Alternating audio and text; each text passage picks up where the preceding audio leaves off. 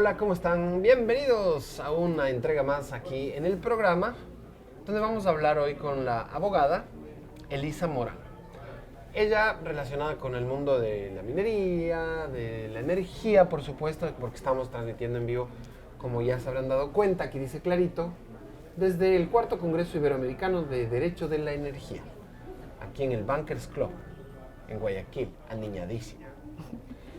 Elisa, quiero empezar por el tema de las mesas. Vamos directo así al grano. Pero ya nos clavamos en el tema más espinoso, que creo que hay al momento, uno de los más difíciles quizás de conversar, lo de las mesas. ¿Cómo está dejando parado al sector de la minería este tema de las mesas de negociación que llevan a cabo, como sabemos todos, el papá gobierno y la mamá Conay? ¿Qué conclusiones tienes tú hasta el momento desde el lado de la minería? ¿Cómo le está dejando parado? Perfecto, bueno, hola Kike, gracias por la entrevista. Me encanta estos espacios que se están generando justamente para hablar de minería de una manera más relajada, pero que siempre es súper interesante y hacerlo mucho más didáctico para quienes nos escuchan, para el público en general. Lo que te puedo decir es que las mesas de diálogo lo que han generado son ciertas pretensiones, y voy a hablar de dos pretensiones que digamos que ya establecen la ley, e inclusive las sentencias de la Corte Constitucional ya ha dicho que hay que cumplirlas, y son dos, y es garantizar el derecho a la participación a través de la consulta previa y la consulta ambiental.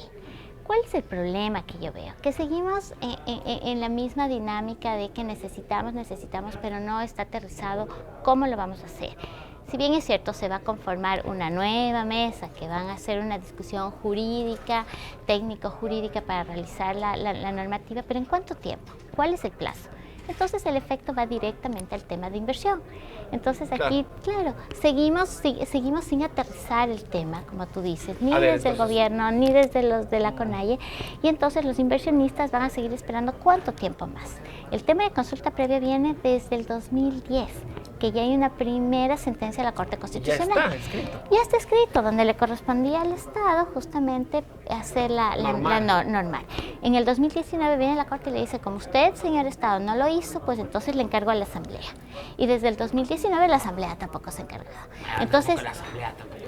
exacto, y viene un tercero, entonces viene el movimiento indígena y dice, no, pues necesitamos la consulta previa, está bien.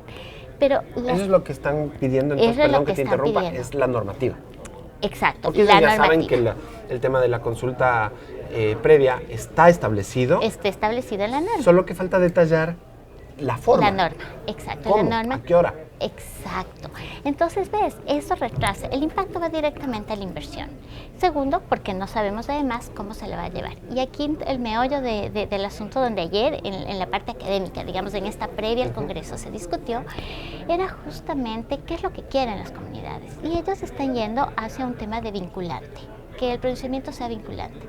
Cuando en realidad aquí el convenio ITET lo que te dice es que el Estado tiene que generar los mejores esfuerzos para llegar a acuerdos entre las comunidades. No a desacuerdos. Y no a desacuerdos, o un veto, o decirte sí estoy de acuerdo, no, estamos confundiendo. Entonces mira, ese tipo de cosas y esta dilatación está generando un tema de confusión, y hay que aterrizarlo esto más bien para viabilizar. La minería responsable nos beneficia a todos, y ese es el objetivo con el que se tiene que ir, ese es el discurso, la comunicación con la que tenemos que trabajar. Ahora yo pregunto, desde el otro lado de las comunidades, ellos dicen, queremos negociar, queremos que la consulta previa esté clara, queremos normativa, y aparte queremos que se nos tome más en cuenta para el proceso, y etcétera. Pero tú me propones que ellos, al ser el Estado dueño del subsuelo, no tienen a la final poder de decisión definitiva. O sea, ellos no pueden decidir simplemente, no, aquí no y punto. Sino que lo que hay que tratar es de que haya un diálogo consensuado, de igual parte del uno como del otro lado, y que se llegue a un acuerdo final. O sea, finalmente les estás imponiendo, ¿no?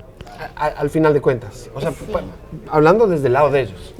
A ver, aquí hay que distinguir algo. Si bien es cierto, el Estado es el dueño de los recursos naturales, efectivamente los gestiona, lo administra y por excepcionalidad le delega la iniciativa privada. También hay un derecho que garantizar constitucional, que es el derecho a la participación. Entonces creo que más bien está enfocado desde ese lado. O sea, si bien es cierto, tú decides, pero también tengo derecho a participar. ¿Cómo participo? Justamente qué es lo que requiero, cómo quiero que se haga. Necesito estar enterado de los aspectos de impactos positivos, negativos, y justamente qué voy a recibir. Y aquí viene el tema de la distribución justa o natural, que es la que yo digo de los beneficios, que está bien, ¿no es cierto? Entonces, este es un tema que viene estos dos derechos. Ahora, aquí hay que distinguir que la consulta previa está destinada a los pueblos y nacionalidades indígenas. Entonces, claro, ellos desde su cosmovisión dicen nosotros somos dueños de los recursos, ¿sí? Pero aquí también hay que vivir, a ver, aquí tenemos que coexistir, porque no es que el uno dice yo hago lo que me da la gana y decido, y tú no decides, y el otro dice, entonces como mi cosmovisión es otra, entonces a mí me corresponde tampoco. No, aquí vivimos en un Estado de Derecho. Ya está regulado. Por lo tanto, la misma Corte Interamericana de Derechos Humanos, a través de sus relatores, sí establece que es posible realizar minería en estos pueblos de nacionalidades indígenas, siempre y cuando yo demuestre que no existe un impacto ni en su ancestralidad, ni culturalidad, ni en sus territorios, en una porción que represente que ellos pierdan estos temas de ancestralidad, culturalidad y territorio en el contexto de su cosmovisión. Entonces creo que si tú ves todos estos temas que son tan importantes para un lado y que entiende el otro, tienen que partir de un diálogo con mayor conocimiento. Ahora a mí lo que me preocupa un poco es que, no sé, como que la cosmovisión puede ser para ellos no minería y punto. Y claro, ahí es donde entra el Estado y dice, no, pero es que sí va a haber minería. Y ahí puede haber conflictos, hay violencia, de hecho, ha habido muertes. Entonces, no, es que yo lo inventé, ha pasado. ¿Cómo podemos, según tú, si tú fueras la asesora de imagen de la industria minera en el país, cómo podemos de alguna manera subsanar un poco estas diferencias, que la gente vea con mejor ojo o mejor lentes la minería en general? ¿Qué le falta? ¿Qué le está faltando a la minería? Porque yo le veo como que hace un rato entrevisté a una exministra, me dice, la minería es aburrida. Y a la gente no le gusta, es aburrida, ñaño, es aburrida. Entonces, ¿qué le hacemos a la minería? ¿Qué le harías? ¿Cómo le maquillarías? Bueno, yo le daría otra visión, y es una comunicación estratégica. Primero, porque justamente hay estas tendencias, y fíjate que no son tendencias solo de los pueblos y nacionalidades o movimientos sociales, es una tendencia de la nueva generación. Sí. O sea, nuestros hijos dicen, ay, sí, la minería. Mis hijas me dicen, sí, mami, trabajas en minería, qué chévere, pero como que no estoy muy de acuerdo. Ajá, pero ¿no? Quiero una laptop. Pero quiero una laptop, quiero el celular, quiero la bicicleta, ¿no? Quiero una cámara de fotos pro como esa. Exacto. Entonces, ¿qué es lo que tienes que generar? Una mejor comunicación de esos aportes que tú necesites. Y estoy segura que el movimiento indígena lo que necesita es ser más visibilizado en la toma de decisiones. Fíjate lo que pasa en tu casa. Te pongo un ejemplo. Cuando el niño no le haces caso y está mamá, llega un punto en que se pega la emperrada y se lanza al suelo. Sí, y llama la atención. Esto me parece que es exactamente lo mismo. O sea, es el momento de que la minería se lance al suelo y se emperre. No, ya se lanzó al suelo. Los movimientos indígenas dijeron, hey, pónganme en atención que yo también tengo algo que decir. Entonces tenemos que sentarnos y decirle, ok, vamos, conversemos, pero vamos a un punto medio. Algo tenemos que llegar en consenso, y eso estoy segura, porque eso ya ha pasado en Perú. Un punto de consenso nos puede llevar a trabajar mucho, porque los extremos siempre son malos. ¿Y crees que vamos por buen camino? Yo creo que vamos por buen camino, estamos pisando fondo.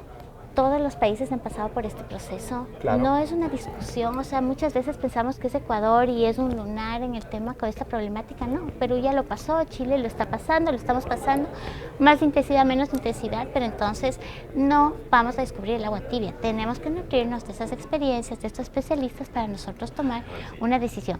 Lo que sí es importante, Quique, son las decisiones a tiempo. Si pateamos esto... ¿Las políticas? Las políticas, y también que el Estado se ponga, digamos, firme y decir, a ver, esta es la solución. Fíjate, una transición energética no puede darse sin minería. Entonces necesitamos, en el contexto mundial, Latinoamérica es la que tiene los yacimientos, pero entonces tenemos que ser responsables con esa explotación, y tenemos necesariamente una licencia social para poder operar esos proyectos. Finalmente el inversionista es el que está en territorio.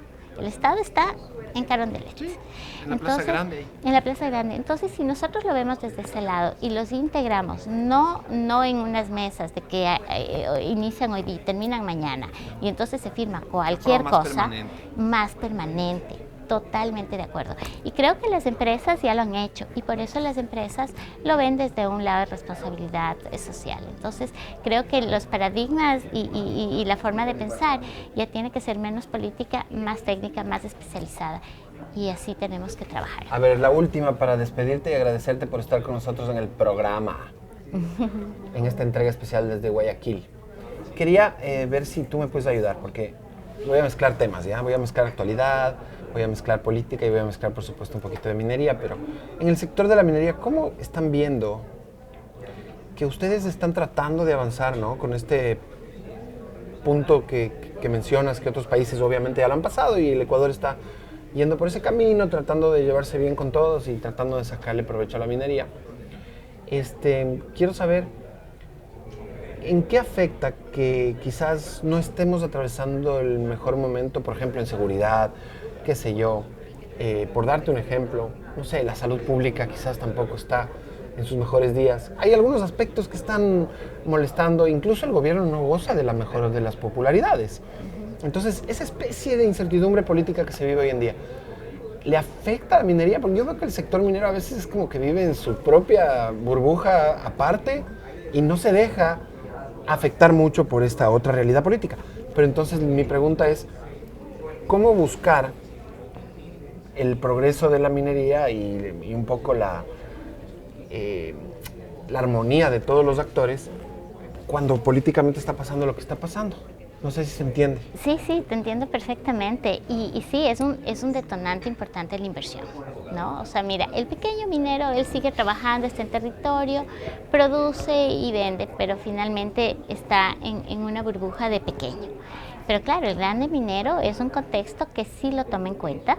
Muchas veces no es solo la decisión de inseguridad, porque también desarrollar la minería se genera en espacios donde probablemente hay mucha más inseguridad, por ejemplo en África, ¿no? Inseguridad el doble que esto. ¿Cuál es el problema aquí? Es básicamente la seguridad jurídica, el tema normativo, la falta de decisión. Eso es lo que en el contexto impacta la inversión, que es lo que necesitamos. Necesitamos que se desarrollen esos grandes proyectos, porque estos son los que están impactando en la economía. Mira, apenas 2 proyectos, cómo ya están evidenciándole, visibilizándole, porque el Ecuador, te cuento, está ya en la etapa productiva del desarrollo de estos grandes yacimientos que ya fueron explorados hace 15, 13, 10 años.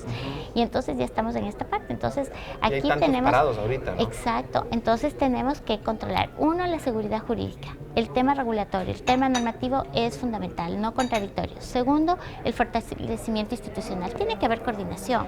No puede ser que un ministro del Ambiente, a costa de lo que firmó en las mesas de diálogo, se limite el otorgamiento de licencias ambientales. No puede ser, la minería necesita documentos técnicos para poder justamente llevarse dentro de un aspecto de cuidado ambiental.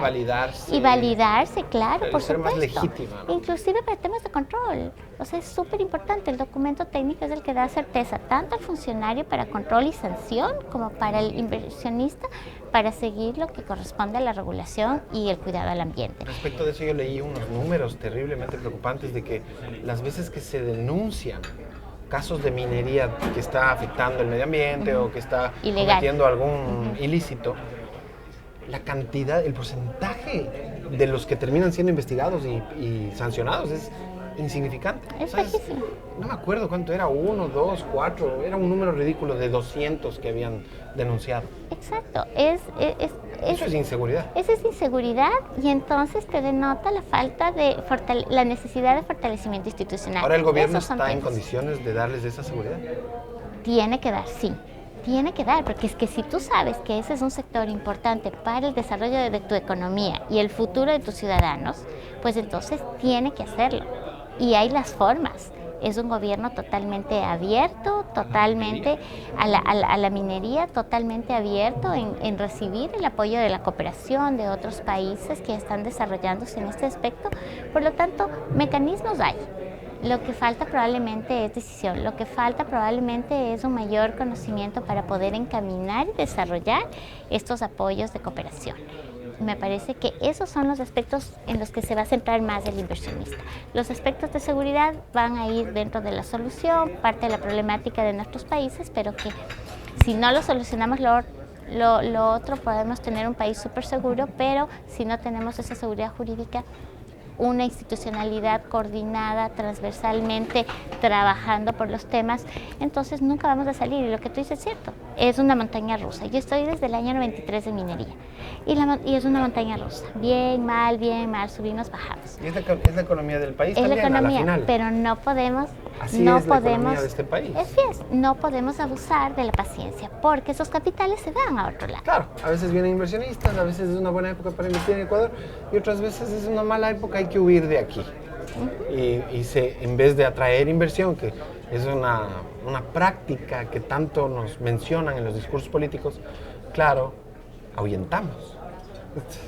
Exacto. Eso está al revés, ¿no? Es contradictorio, entonces haces un open for business, pero ¿qué le ofrezco? Exacto. Creo que hay que priorizar lo que estoy ofreciendo.